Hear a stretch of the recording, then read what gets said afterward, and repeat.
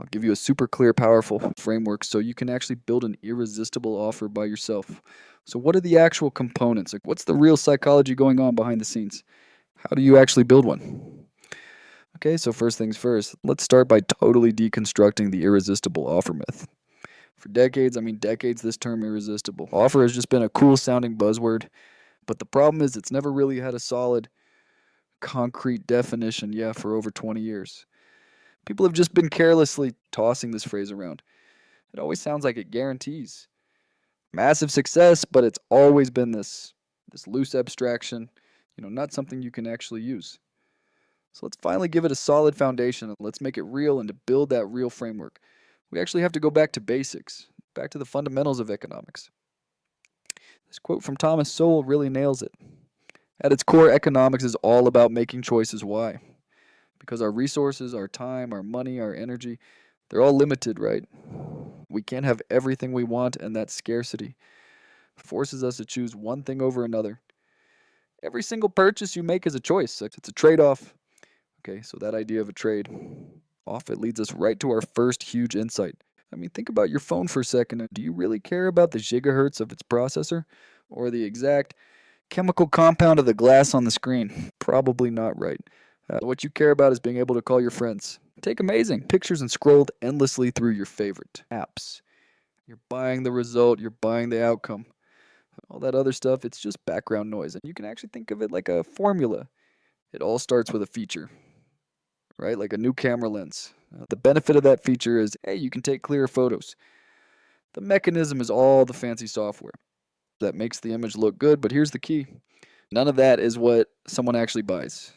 They buy the outcome.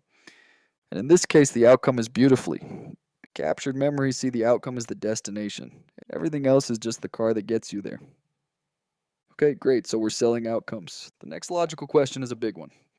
How in the world do we know which outcomes people are going to want?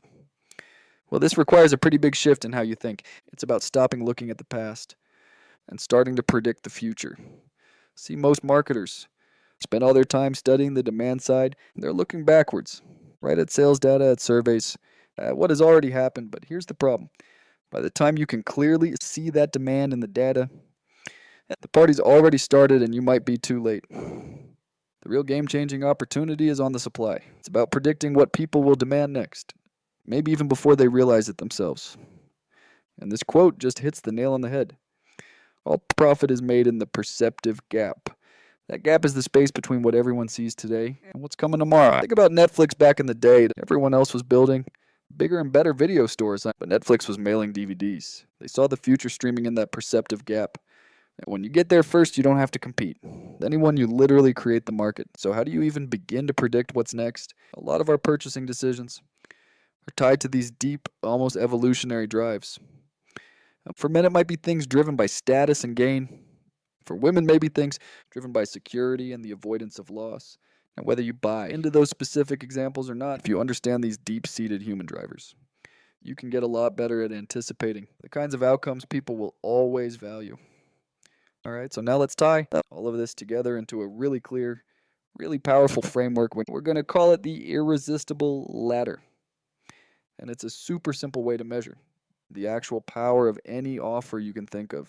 Okay. Remember that very first principle we talked about from economics. Every single purchase is a trade, so this is the key. The power of your offer isn't measured in dollars or features. It's measured by what someone is willing to trade to get the outcome you're selling. So here's how the ladder works. It's got 3 rungs. On the bottom rung, you have a good offer.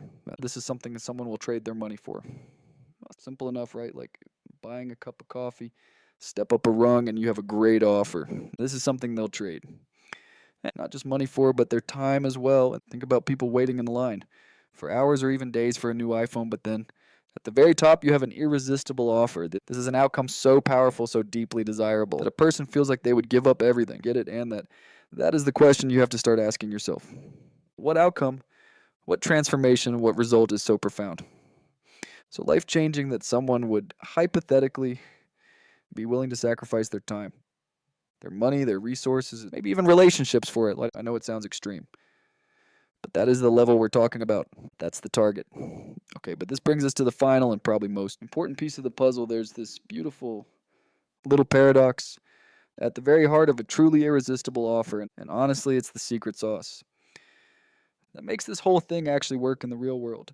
And here it is. This is the big reveal. The goal is to create an offer they would give up everything for, but don't have to think about that. You're not actually asking for that sacrifice.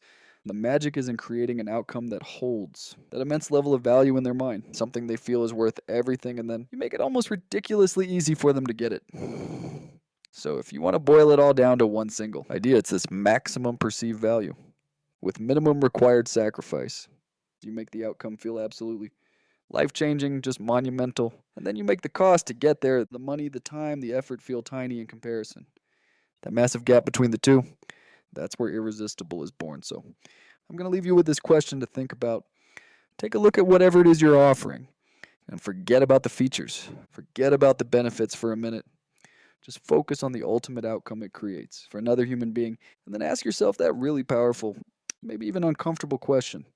Is this an outcome that they would give up everything to get? Because the closer your answer gets to yes, the closer you are to creating something that is truly, genuinely irresistible.